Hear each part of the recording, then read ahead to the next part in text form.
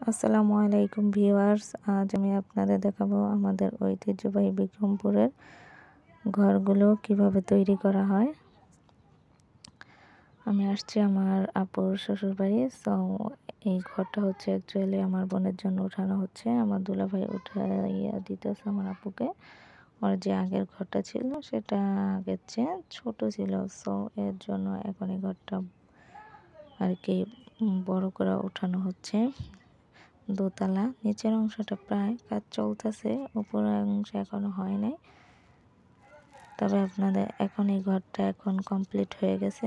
এই ভিডিওটা আগের, সো কমপ্লিট করা একটা ভিডিও আপনাদেরকে অবশ্যই আমি দিব। সেই পর্যন্ত সবাই আমার সাথে থাকবেন আর প্লিজ সাবস্ক্রাইব মাই চ্যানেল।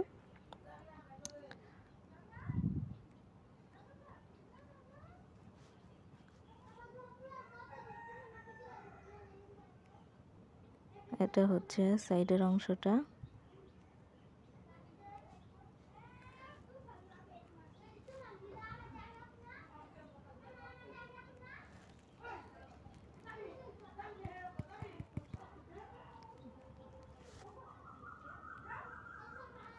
এ হচ্ছে ডোর, আউটসাইড ডোর।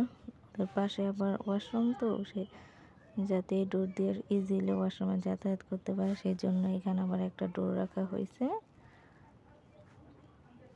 আর এটা হচ্ছে ভিতরের অংশটা, ঘরের যে ভিতরের অ্যাকচুয়ালি যে ঘরটার যে অংশটা ওইটা ভেতরের অংশটা।